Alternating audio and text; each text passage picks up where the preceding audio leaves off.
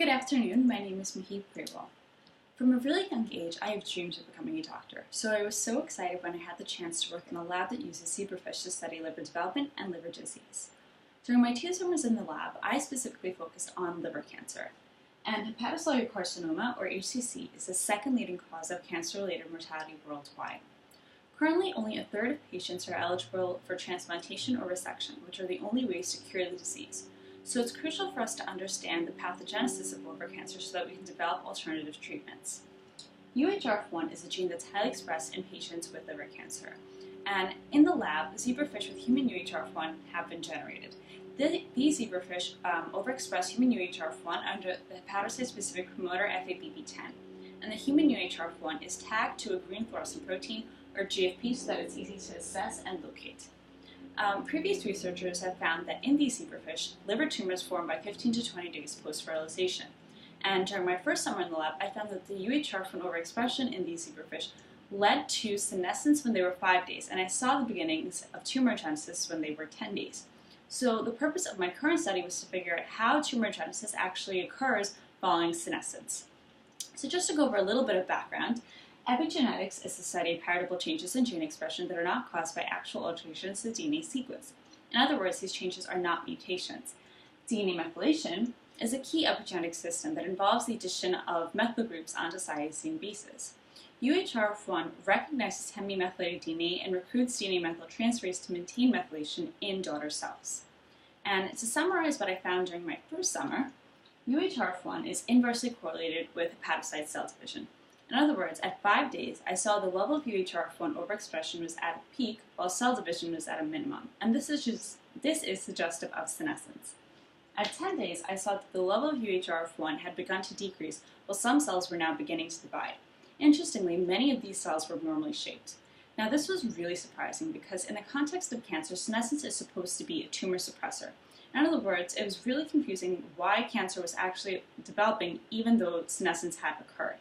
So my hypothesis was UHRF1 overexpression leads to senescence at 5 days and tumor genesis at approximately 10 days post-fertilization.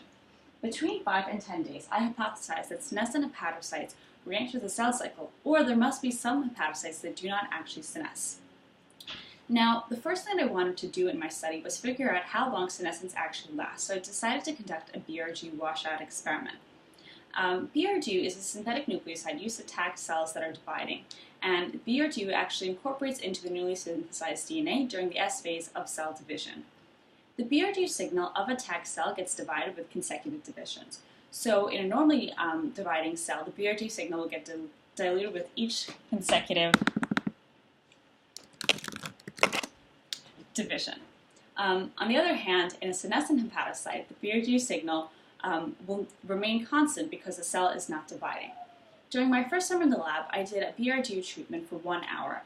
But then since this summer I had a lot more independence to optimize my procedure, I decided to try a treatment length of 6 hours so that I could tag more cells and track them for a longer time span. I worked with wild-type zebrafish that were genetically unaltered as my control and the UHRF1 high zebrafish. So the first thing that I did was I treated 3 DPF zebrafish with BRG for 6 hours. Of these treated zebrafish, I fixed 10 wild-type and 10 UHRF1 high. I did the same at 5 days post-fertilization. My mentor handled all zebrafish that were older than 7 days post-fertilization. So of these treated zebrafish, she fixed zebrafish at 8, 10, and 12 days post-fertilization. I conducted immunofluorescence on all the fixed zebrafish. I then dissected the livers out of the fixed zebrafish and imaged them with a confocal microscope. So here you can see my results in these first 2 graphs. I gauged the BRG signal within a liver based on the percentage of BRG positive hepatocytes. So if we take a look at the wild-type livers, at 3 days, 30% of hepatocytes are BRG positive. However, by 5 days, 0% are positive. And this is obviously 0% for the rest of the time points. This means that between 3 and 5 days, as expected, cells are dividing normally and therefore their BRG signal is getting diluted. However, if we take a look at the UHRF1 high livers, at 3 days, there's a high percentage of about 27%. It then goes down to about 10% at 5 days. However, between 5 and 10 days, there's no significant difference in the percentage of BRG positive cells. In other words, these 10% of hepatocytes were not dividing. They were senescent, and so they were not losing their BRG signal. However, by 12 days, I saw that the mean percentage had decreased down significantly to about 2%. And this means that by 12 days, there have to be some cells that are now dividing again because their BRDU signal is getting diluted. In order to confirm whether cells were actually escaping senescence, I decided to incorporate a second cell division marker, EDU.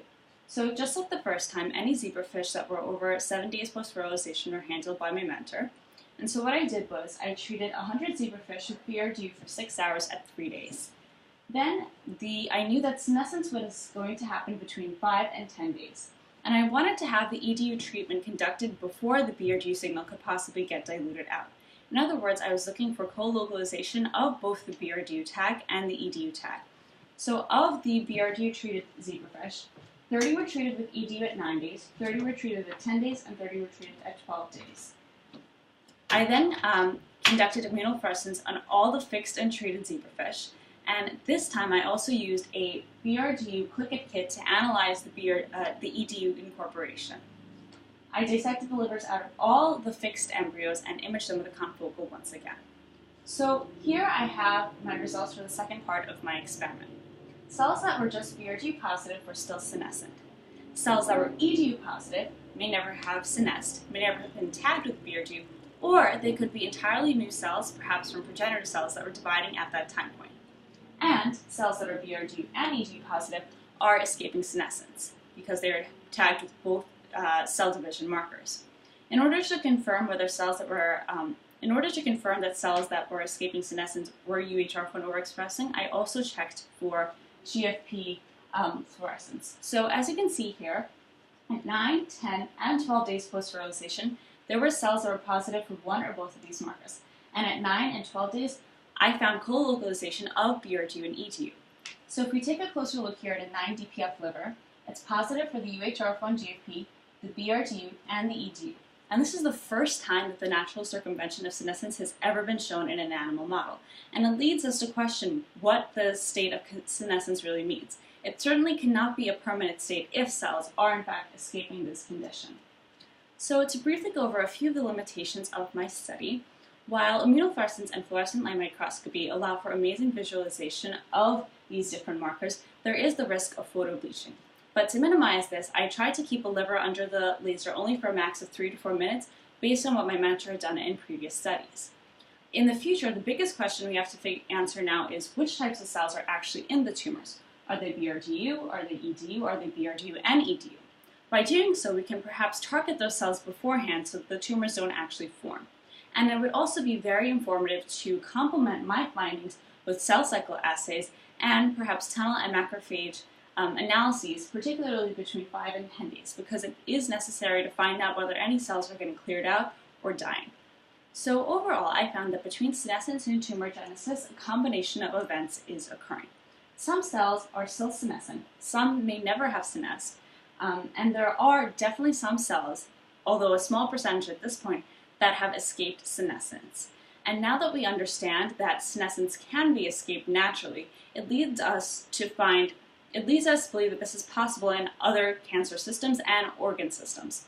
So, providing new insight on the role of UHR1 overexpression in the development of liver cancer, this study will hopefully advance the discovery of alternative treatments, perhaps targeting epigenetic pathways in the future. Thank you so much, and I'd be happy to answer any questions that you have.